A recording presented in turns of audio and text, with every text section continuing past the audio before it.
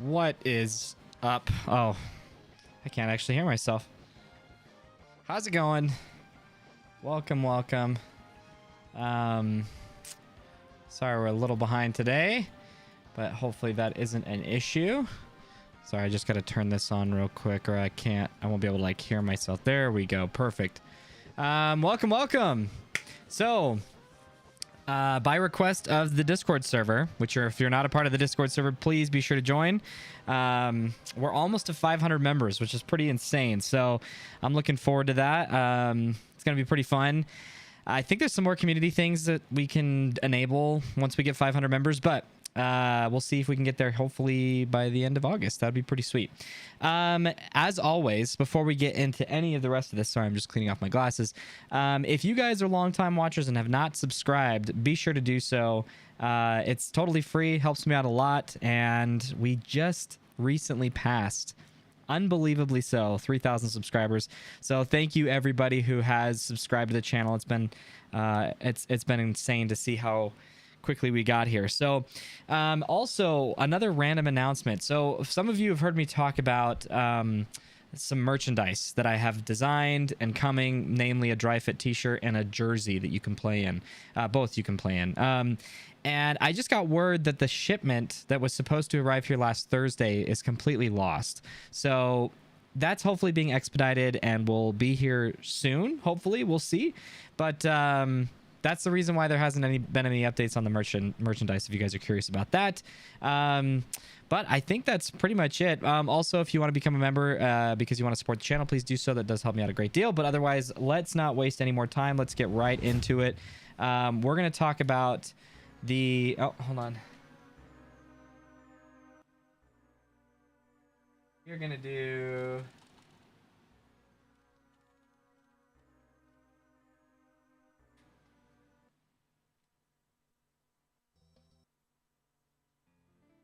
Sorry, we'll just do something like this. Let's go. Got our Ninja Ball tournament Saturday. Shout out to Kinetic out of Diamond Hills Paintball. Shout out, dude. Welcome, welcome. Okay. Let's get into this layout here real quick. So as you guys know, the first thing we always do is we draw these lines where we would likely find the number 1 on either side of the field, followed behind the number 2, and then the number 3 in the middle. These are obviously very subjective. You could shift these over in one way or the other, and I would encourage you to do so after you've practiced a layout. So these are subject to change, but usually I draw these kind of starting in the outermost areas in the map and then move further in. As always, this Dorito side is Iowa, this is Nevada, this is Texas, this is Oklahoma and Arizona. If you want to use simplified zones, just call the Snake side Charger and the Dorito side Dragon, meaning that if there's nobody in either of these outer zones, you call one or the other. Again, these could probably change, but I would suspect that that's pretty accurate. Question I always like to answer is, why do we draw these zones? We draw these zones because it helps us understand where we would likely find someone in a given like default breakout. So we would likely find the number 1 somewhere here on the Dorito side, the number 2 here, the number 3 here, the number 2 on the Snake side here, and the number 1. Sorry, just trying to adjust music a little. All right. Excuse me. Okay. Let's get into it then. I was supposed to have all this balanced beforehand. I apologize for the delays. Okay.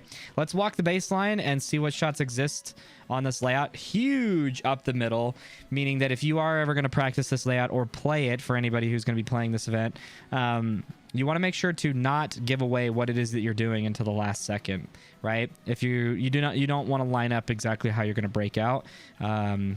So try to, and there's a lot of mind gaming involved in that, right? So if a team knows that you never really try to sell what you're doing until the last second, well, all they need to see is what you're going to do at the last second. And it's also okay to like sell one thing and do another, right?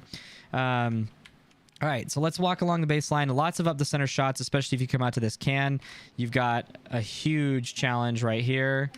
Coming further out. Sorry, guys. The video itself is not very balanced, so Hopefully. Let me know if the sound is too loud, the music. All right. Coming out here to the corner then. Have a decent shot here on the Aztec. You could probably drop some shots in here behind the can if you were to be tall enough to do so. You have kind of an interesting blind right here if you were to come stand in this little dead zone. You also have a shot on this Aztec as well. Coming further out.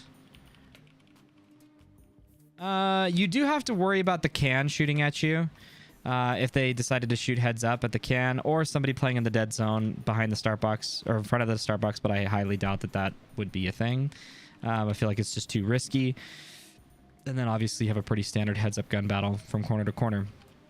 On the Dorito side then, we have a decently strong cross shot right here and not a lot of coverage, so this is kind of a run out to survive while you put shots at this person kind of route. You can't really afford to stop here and shoot at anybody in this gap because of how open this is to you. So again, continually running out to the corner. You've got this shot here. Not bad. Just a heads up shot, right? But if you can get here quick, maybe, I don't know. You're not going to pick up any number ones. We're going too slow. Coming out to this Dorito corner then. You have an interesting cross shot from the can right here, which is something you'll definitely want to worry about. We didn't see that when we came out here. Oh, okay. It's right here. So here's that cross shot on the can. Really strong, in fact. If you were to just take this step right here, you could definitely kill a guy running to the corner or anybody trying to take a deep route up the Doritos. Otherwise, when you get to the can, it's pretty straightforward, it looks like. Yeah, pretty straightforward heads-up gun battle. Okay, well now let's change it up a little bit. Let's look up the middle of the field first, and then we'll look on either sides to see what routes exist, what would stop us from getting up to the 50 as fast as possible, and who are the people that we should shoot as soon as we get to certain bunkers. So looking at this Aztec again, you have like an okay-ish. It's really not that... I mean, at least on the guns up layout, it's not great. This is a pretty small gap right here, but I would suspect that at the actual event that might be a bit bigger. So this is probably like a 50-50 battle for the person that's running out to here, shooting back at you and you shooting at them. But if you wanted to concede that fight, you could then pull up a little bit wider and shoot here or even in this valley, which is pretty good. So as far as any up the centers, I really don't think you can afford to run up here off the break. I would be super surprised for anybody to make that alive with anybody playing the can right here, looking up the middle. But let's look at what shots do exist when you get here. So you do have a stop at anybody trying to take the snake. I guess we'll call this a snake 1 on the outside route. You could, if you're tall enough, you could challenge the corner who might be looking on the inside just to surprise their heads-up gun battle. I don't think that's going to be a very common thing. And then you also have this Aztec that you could surprise by being here.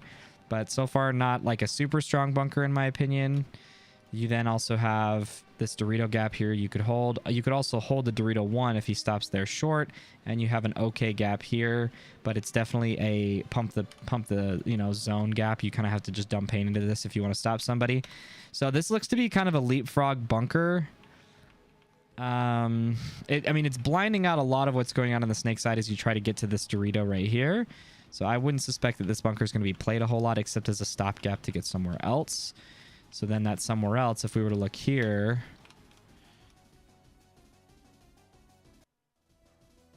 Sorry.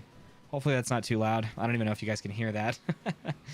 So then if we get to this this 50 brick or 40 brick, essentially, on the Dorito side, we have a pretty strong gap to be held here. It's really strong, in fact. It's a reactive gap, so you could definitely shoot your paint in the landing zones right here in a response to what you see. And then you obviously have this really strong hold on this Dorito guy. The challenge is going to be that if the Dorito guy figures out that you're here, that's a pretty hard gun battle for you, given that this angle is much more natural for them, and they can take kind of a surprising inside route, whereas you're kind of committed to this one line right here. You might be tall enough to take the shot to take it over the top, right? But again, we've established if you come out of this angle and then go up here as your second angle, this is obvious, right, to any good players. So anyway, not a great bunker, to be honest. Looking snake way then, you don't really have much except there's a teeny gap here where you could get information and you can see anybody that's on the inside of that. We'll call it. Ooh, what is this? Is this snake 1 and snake 2? Or is this, because this almost feels like God. Snake 1, snake 2 maybe. Oops. Snake 2, snake 3, Viper. I don't know, Seattle. We would probably call this Houston, even though nobody's going to play this. This is Omega. This is probably Closet. This is going to be Baby, probably. And then this is the Cobra. For anybody who's curious about what we would call things. That's a pretty crazy snake side, to be honest. Not a lot of great shots over there, to be honest with you. And then if we come up to this 50 wedge... you do have some pretty decent shots in on somebody who's trying to get up to that snake 3, we'll call it, just right here. Really strong shots, actually. Can't really see much else going on the snake. Wrapping up the middle. You have a decent visibility of the snake side, but again, this angle is really bad to challenge from. So just be advised that, like, you might be able to surprise some people. If you get a Tiger 1 off the snake side and it was their snake runner, you might be able to stop somebody from filling out in this gap if you take a bite up the middle. But even getting up to the middle is pretty hard, it looks like, because of how... So that's interesting, actually. What this is telling me is that it's very likely that this guy is probably where your number 3 is going to go, just because they have a response to then come here and here to then do that if you Tiger somebody out of the snake side. Right, they can hold this.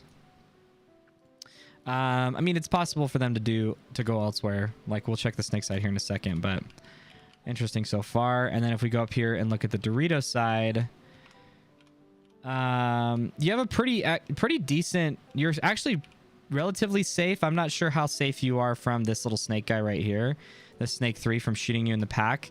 But if you can get really low and small, you actually have a really decent hold.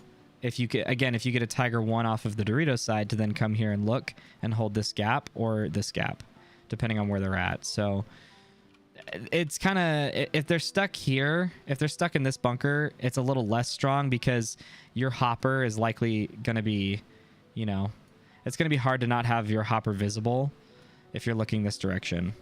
So they could possibly clip you if they look over the top or look somewhere here on this right side, this inside route. But that's a thing. And then if we go, let's do the can side now. So if we come to this can, again, looking up the middle, this is such a strong gap right here. Super, super strong. To be honest, though, the number 2 is probably, that's you've got to have your first 3 balls on to kill this guy, probably. Because your best chance is to shoot him right at this little sliver right here. So make sure you're shooting in this as close to this bunker as you possibly can. But if you find that, they kick out to this can and they kick out to this Aztec and they're both looking heads up, so this way, you might be able to take a bite, maybe not here, but take a bite around this corner. So let's see what that looks like. If we come here, interesting that this feeds into the snake really easily. No real visibility of anything on the Dorito side from here. No visibility except for any snake corner guy looking on the inside. But assuming we did this inside route as the number 3, right? Look up the middle, see that nobody's looking at us. We then take this bite right here and dive. What does this do for us? So if they broke out to setting their number 2 here and their number 1 here, this is a pretty decent bunker for the number 3 to be, to stop this kind of 2-man operation. You're also going to kill anybody who tries to fill out to the corner if they didn't already. And in the less great scenario, if they're in this tower and this snake right here, it's also possible that they just go into the snake, in which case, yeah, that's probably more likely, to be honest. I would actually, now that I look at this, what it looks to be is that your number 2 is going to be floating out somewhere in these bunkers, and your number 1 is probably just going to go here. It's probably going to go to these bunkers. So this is your number 1. This is your number 2. Which tells me then if you send somebody here, you're not going to send somebody here. You need to send that person out to the corner or to the god at the very least. This doesn't seem too good. But that, what it also tells me is that your number 1 and number 2 on the snake side need to be super versatile, because if, for example, and for whatever reason, I don't know why this would happen, but if your number 1 gets stuck here and your number 2's here, well, now he needs to become the number 1 and either get up the snake that way or take this route and get here. So we'll have to look again at what stops that inside route. Oh, it's definitely this. It's the number 2 on the Dorito side stops that inside route for the snake. So I would suspect that getting to this juice box is actually going to be really hard until you get to the can. So until you get to this can and then take the bite underneath, that's probably the only way you can get to that bunker, is if you come here and then go really low, and then you can dive. No, you can't even dive right away. You have to come here first. Interesting. Man, what I'm seeing so far is like, where does the number 3 go? Because like we can figure out where the number 1 and 2 go on by either side so far, but the number 3 is going to have a hard time finding a spot. Coming here then, if you were to, for whatever reason, look on the Dorito side, no guaranteed kills, no real productivity here. If you triple stacked the snake side for whatever reason, let's say you sent a guy here, someone in the snake, and then you sent your number 3 here, and you get a Tiger 1 out of the Dorito side, and you know it's their front guy, it's possible for you to hold like a zone here. I don't really see a reason why you would do that. It's probably just better to just push the side that you have 3 people on, right? So again, unless you get like Tiger 2 or even, I guess, Tiger 1, if they're stopped at the Aztec, this is pretty strong. This is a pretty strong hold right now. So help your Dorito side win the point. If you see me randomly waving my hand, it's because we have flies in the house. So we don't have any screens on like doors and windows. So in order to get like proper airflow, we have to just like open it up to the world. So anyway, okay, let's look at the snake side then really quick and see what's going on here. So we've already looked at that can quite a bit. Coming to this Aztec, I actually think you're probably pretty safe. I would suspect that this is such a tight shot right here to shoot at you that you're probably pretty safe, and that I really think that Aztec guy is going to be shooting back at you. I think that Aztec guy is going to be shooting at this person because we established that this route to this juice box outside of the snake is really easy unless that guy shoots at him. So I would suspect that your snake guy has actually got a pretty good chance of surviving getting into the snake off the break. So coming to this, we'll call it God. I don't know. That's kind of this layout's a jungle to me. You've got lots of visibility to lots of bunkers. The challenge that I always have with is look how low the profile is. Look how low this window is right here. This is really hard to play against because people can be in their little heads can be sticking up in several different places. So that's pretty hard. I don't really have any advice on that. You just kind of have to train your eye to pick up targets really quickly. And then this corner bunker is super strong. It's got the same problem, right? Just because of the nature of the snake, that everybody can like kind of peek their head up. So figuring out where they actually landed in the snake is going to be really important to your survivability on the snake side. Whereas before, I've been watching some like raw footage recently of people just shouting like snake, snake, right? And they don't ever bother saying if they're in the snake 1 or snake 2. I would suspect that as much as you can, you need to know exactly where the snake is. So what might be worth considering is it might be worth calling this snake, right? Calling these things snake or something, and then maybe calling this viper, and then having a different call for these bunkers or something. Only because if you can separate your mind for this to be like, this is snake, just snake entirely, and then this is viper, well, now it tells us that they're not in one of these, right? Whereas if somebody dives right here and we shout snake, right? Well, now we don't know which one they're in, then they could be in any of these bunkers. Whereas if we shout snake, it means that they have to be in this little laydown thing. So I don't know. The challenge with that is that you add like an exponential amount of bunker calls. So maybe if you use, I don't know, maybe if you use Dorito 1 and 2, like if you use the Dorito calls on that side of the field, maybe you use 100. I know a lot of people use 100 for Doritos, but, or 100, 200, 300. Maybe that's what you do here is, I'm just observing that like informationally, it would be really crappy to hear somebody shout snake and they could be in any one of these bunkers. Whereas if I know, hey, he's in the 100, I mean, you could argue that you could do the same thing with S1, S2, S3, or Snake 1, Snake 2, Snake 3. It's just, it feels like kind of confusing, you know? Oh, these actually need to be shifted back to start here. But hopefully you get the idea, right? Corner, again, is really strong. If we then go up into these wings here, I would not take this inside shot. There's so much going on here. This layout reminds me of some layout last year. I can't remember which. If you go low, the only person you have to worry about is this Aztec right here, it looks like. I think you're pretty safe to go here. Oh, and the wedge, actually. I really don't think anybody's going to be playing that tower. That tower is not only really hard to get to, but it's also really hard to survive in. And its only utility is this gap. So I would really be surprised if somebody went there.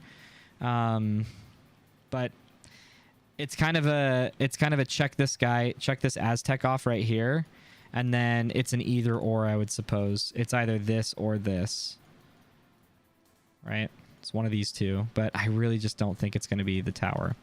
Getting up into the snake, whatever you call this, snake 2. No inside shots, really. Looking heads up, you're actually blinded. So then if you wrap, you could probably ignore the can. The can guy would be a concern to hit your hopper if you're too high. So, and again, depending on what the layout looks like, I think you could probably go low enough. Oh, except here is interesting. This right here. If their snake guy, for whatever reason, went to that bunker, this would be a challenge, but I actually think you have the surprise on them because they can't see you at all right here, right? So if you come here right away and then wrap, it's very possible that this person's going to be looking this direction, like past you. Dude, that fly is huge. Holy. So I think this is probably one of your first targets to look at is this guy right here. If you get to this snake 2, we'll call it. Then going up to this wedge here. What is that? Dorito 3? You have a potential kill on Dorito 3. This looks to be kind of a you either kill them or they kill you sort of look, but you have the disadvantage because if you lay down, it's possible for them to still shoot you in the pack because of how far away you are from that snake beam. So it's kind of like you have to kill them or you have to come out to this beam. I don't think you could survive out here. You might be able to, but now you're living behind your gun. So getting up to this wedge, the first person you need to shoot at is for sure the Dorito. And if he's not there, great. If he is, hopefully you killed him. I don't really think you have any other guaranteed kills. You do have a shot on this Aztec, a blind shot that's decently strong. I would be surprised if they're not shooting at you in this situation, in which case the inside shot is kind of scary. So, yeah, take that for what it is. And then if you get all the way out here and low wrap, well, now you're definitely killing the can guy. You're very likely killing this Dorito guy, which is the Dorito 1. So definitely check that off. And then if you come up to the Viper here, same shots that you have on the inside. I don't know if you can actually see each other here. I don't know if you'll be able to at the tournament, but definitely check that one off. This is honestly the only safe shot to take on these two at the 50 at the Viper. And then playing heads up. This is a hard challenge. This is a straight up gunfight, and this guy's pretty safe. The Aztec in front of you. Wrapping even further, this can guy is probably dead, or he has to live behind his gun if you're here. So interesting. This wedge has the same shots that this juice box has. So I'm not sure why you'd go to the juice box, except that the route to get there is Y. So, but it almost makes it seem like what you would do is you'd get into this snake, and then rather than going to the juice box, which makes you really susceptible to being ran down, you just come out here and then fight from this position. You can hold that Dorito gap if they haven't taken the bite yet. So the snake side can super hold the Doritos. Like, this whole gap cannot be crossed if there's a guy in the snake, unless they just miss, right? So that's a pretty decent hold, but I feel like if you wanted to challenge the inside guy, I mean, the biggest disadvantage of doing that is that you have to expose yourself to whoever's in the snake right here. So for example, I would say that, well, I don't know, actually. It feels like if you're both here, it feels like one of you should come here, right? I feel like that's a safer move, because then if they come here and they start looking on the inside, you not only have a pretty strong, you know, sorry, that's a lot of lines. So let's say they get up to here and you took this route. Well, now it's probably pretty easy to run this guy down and stay alive, because, well, maybe not. The heads up guys, the number 2 behind him is probably going to be here, which is tough. But again, the opposite is kind of true, which is to say that if you're here and they're out here somewhere, well, now you can take that shot, that inside shot, freely without exposing yourself. Because otherwise, if you're here wrapping and they're in one of these 2 bunkers, well, now you're going to die. But the problem that we said is if you're here and they're in one of these 2, then they can come and run you down. So let's see who can protect you really well. This juice box can protect you super well from getting run down if they're at this wedge, or this wing, excuse me. If you're at the Aztec, you can't actually see them if they go really low. Man, that snake is... I don't like that snake. The snake looks like it's a necessary place to go. It's like you need the body there, so that way if you do get a tiger out of the snake side, you can just close the game out. But it doesn't seem like a strong place to, like, win the point. But let's look at the Dorito side here really quick, and then we'll kind of finish up our analysis of this layout. Coming out to this Aztec again, pretty much just you can only see the lane that you are in, right? You can see this channel, and that's about it.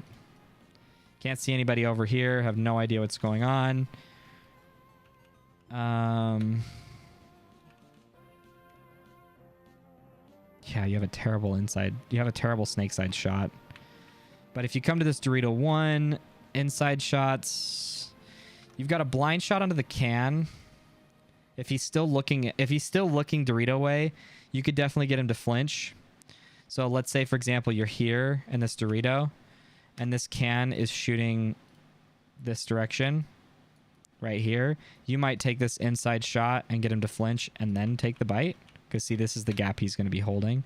So he's going to be shooting at you from here, and if you take this inside top shot, you'll definitely either kill him in the face of the loader, or you'll just get him to flinch, and then you can do the shoot high, go low sort of thing.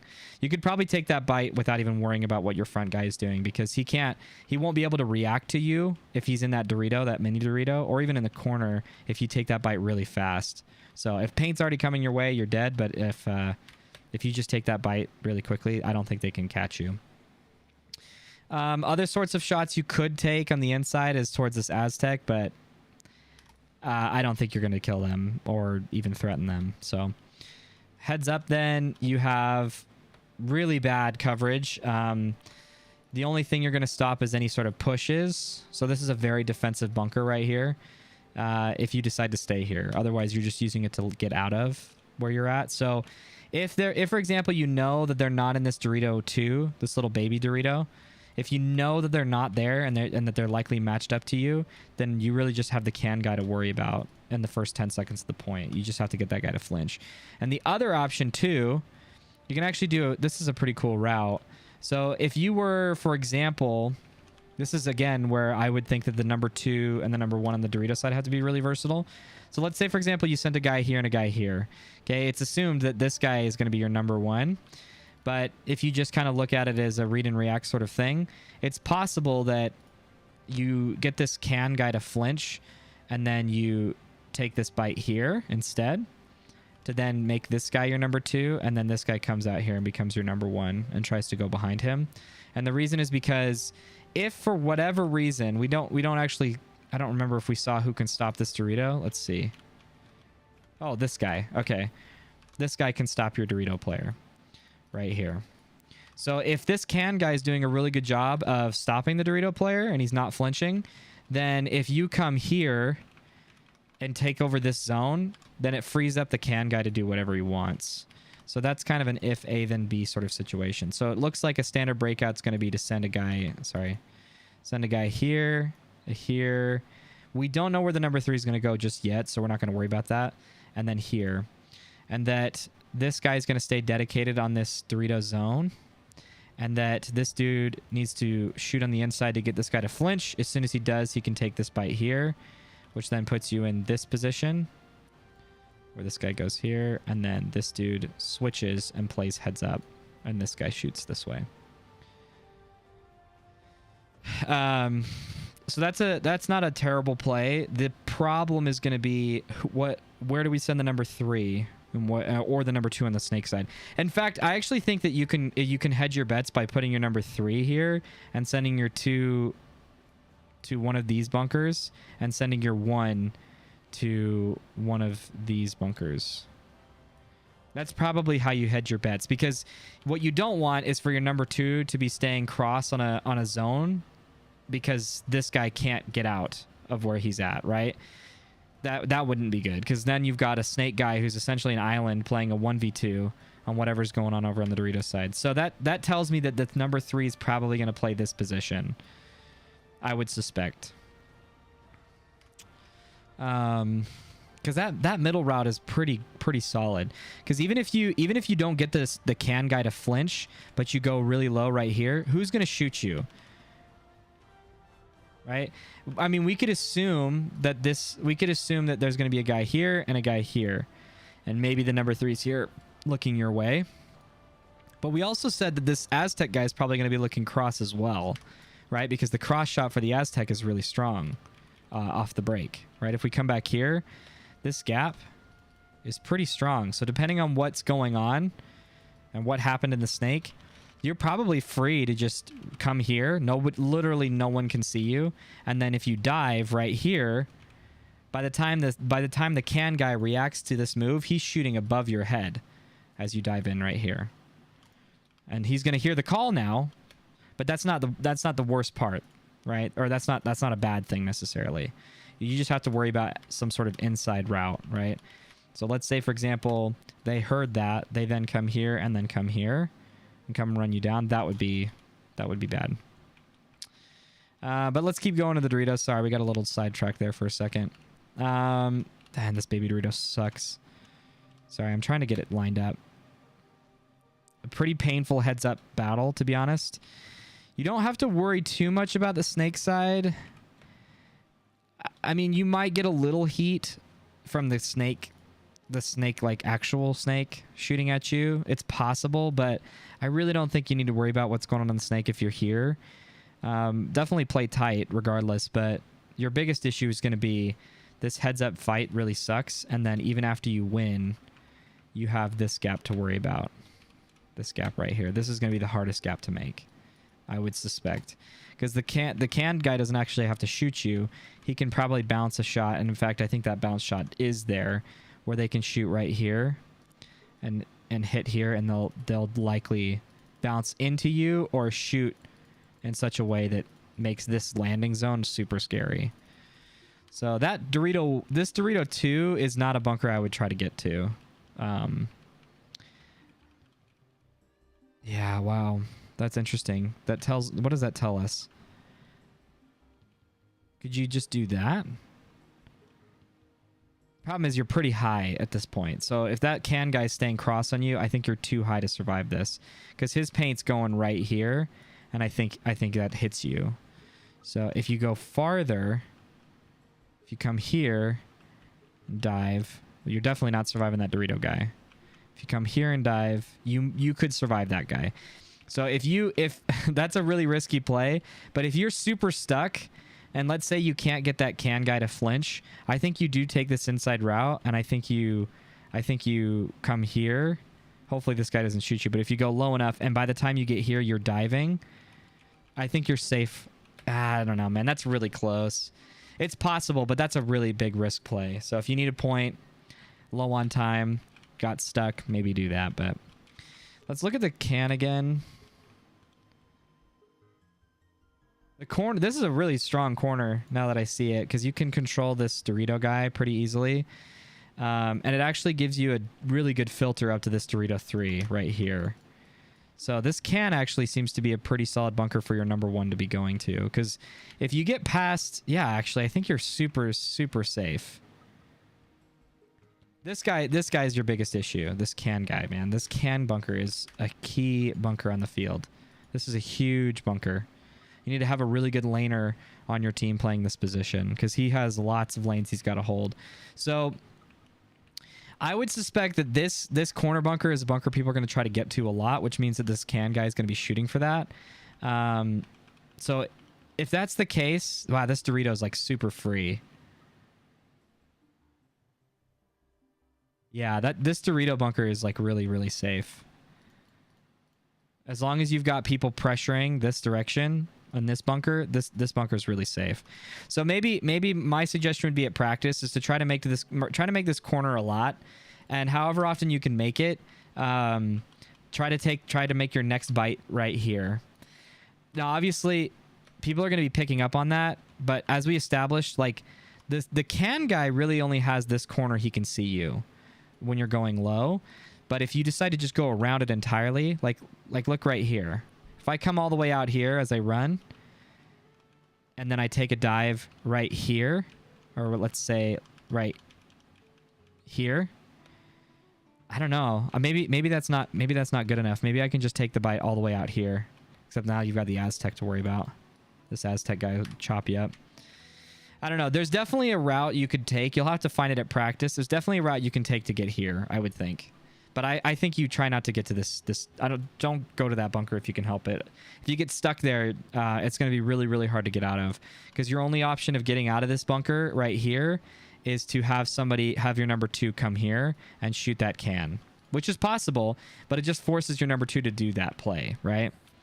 So if you take the bite from here to here and you get stuck, your can guy needs to come here, or your number 2 needs to come here and shoot the can.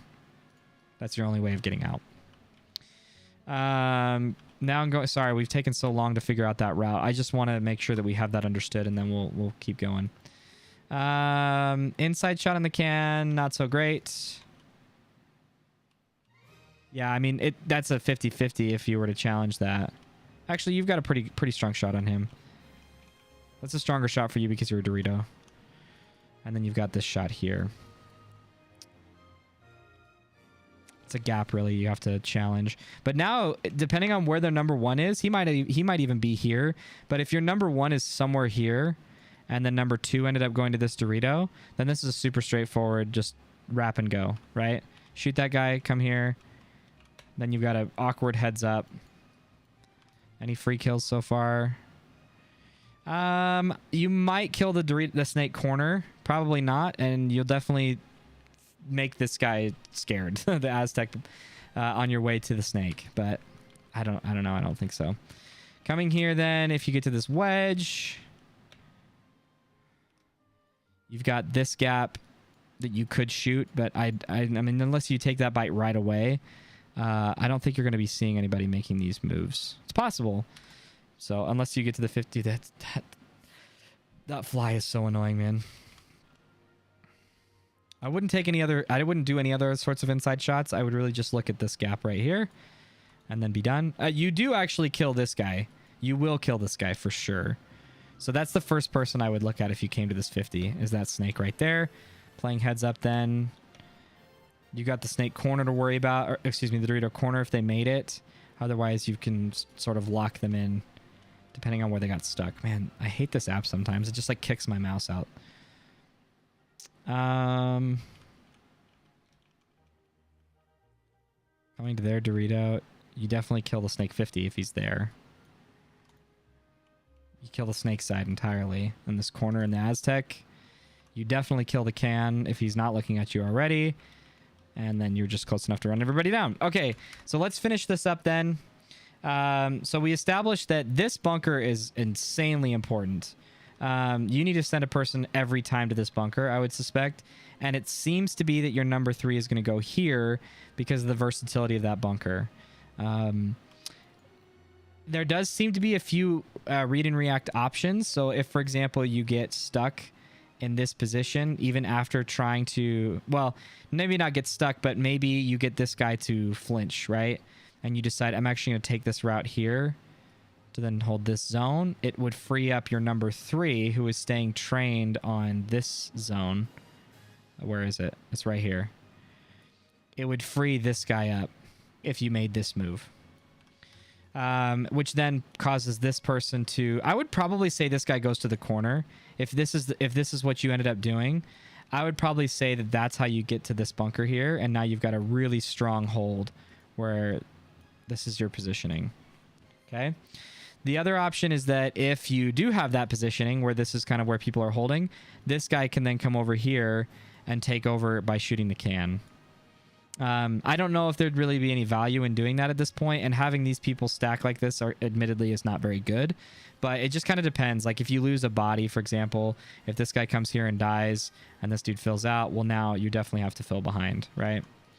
Otherwise, your snake guys, I really do think that you could probably, I wouldn't be surprised if we see double stacks of this can. If we see somebody looking here and then somebody coming here to then go up to this bunker, your biggest challenge is going to be this guy stopping you. So off the break, you're definitely going to want people across, you know, shooting cross off the break like this. Actually, their shots are going to be like here, then here is what you're going to do. And then this dude is going to be shooting this gap right. He's going to be shooting towards this person, and then he's going to be shooting. So you got 2 shots on either side. And then the snake side, like I said, you could probably send, it doesn't really matter how you decide to filter up into the snake, whether it's there or it's here. But I would suspect that these people have to be on the ball when it comes to deciding who's the number 1 and who's the number 2. Meaning just like who's essentially going to try to get to one of these 2 bunkers right here. That's really all you're concerned about. Who's going to get to one of these 2 bunkers? Is it going to be the guy that's on the inside or the guy that's on the outside? So I would probably suggest that this guy stays here and this dude is the one that does it, if that's the case, because this corner bunker is super strong. I would suspect that you could send a guy to the corner most points, only because if the cross shot is going to be happening most of the tournament, then your only threat of survival is in this gap right here. And for the number 1 that's sprinting out to the corner, that's pretty safe. Now, if they decide to swap where this guy comes out here and shoots heads up, that corner run is not safe anymore. That corner run is not guaranteed, because the difference between shooting somebody here versus shooting someone here is noticeable and much easier to make that shot. So I guess what I would say is go to the corner to punish. Go to either corners to punish that crossfield shot if they're staying trained on it, right? I'm not drawing the lines exactly, but you get the idea. The corner, actually, I should say the run out to the corner in the Dorito side is not as safe because the can shoot it still. So, I don't really think there's a lot of like up the middle moves. There's definitely up the middle moves if you want to close off the field, right? Well, we already established this bunker is pretty good. If you want to take over that zone for the can. But otherwise, like this bunker I think is not good. I really don't think you're going to go here unless you're trying to like run down one of these 2 people. And I think you only go here if you have a Tiger 1 on the snake side already. But it's possible for you to send someone here. You've got someone here and you've got somewhere over in the corner. It's possible. But so yeah, maybe what the read and react is that this guy stays cross until he hears Tiger 1 on the snake side. And then depending on where your guys go in response to that, let's say you've got like this sort of positioning, then I would either send this guy to the corner and this guy here, or rather this guy up the middle. So it would look like this. This guy would go here. You've got a guy here, here, and then here. Or this guy goes here. You've got a guy here, here, and then this guy comes here or here. It's one or the other. Okay. Hopefully that was helpful. Sorry, it was kind of a slow start. My brain is fried today, guys. I apologize. But thanks for those who decided to tune in and watch a layout they probably aren't going to be playing. I do appreciate that a lot. But for those of you who are playing in this tournament, let me know how it goes. As always, I appreciate anybody who comes back to the comment section and tells me what sort of things did work or what sort of things didn't work, or just what they've been learning as they've been practicing the layout. I appreciate the community that we have that is willing to help other people out. So thank you so much for that. But that is it for this portion of tonight's stream. The next stream that we are going to be covering is Up Body Tactics. So if you guys are in the chat right now, first of all, be sure to hit the like button if you're watching it live. That does help me out a lot. But also be sure to tune in to that other stream here in just a second. Here's the link for it as well. Good stuff. Appreciate you, man. Absolutely. Supreme PB and then SASGQ. Nice video. Thanks, buddy. I will see you guys over in that other video here in just a minute. It will start probably just before 9 o'clock. So give me just a minute to get a few things set up, and I'll see you guys over there. Bye.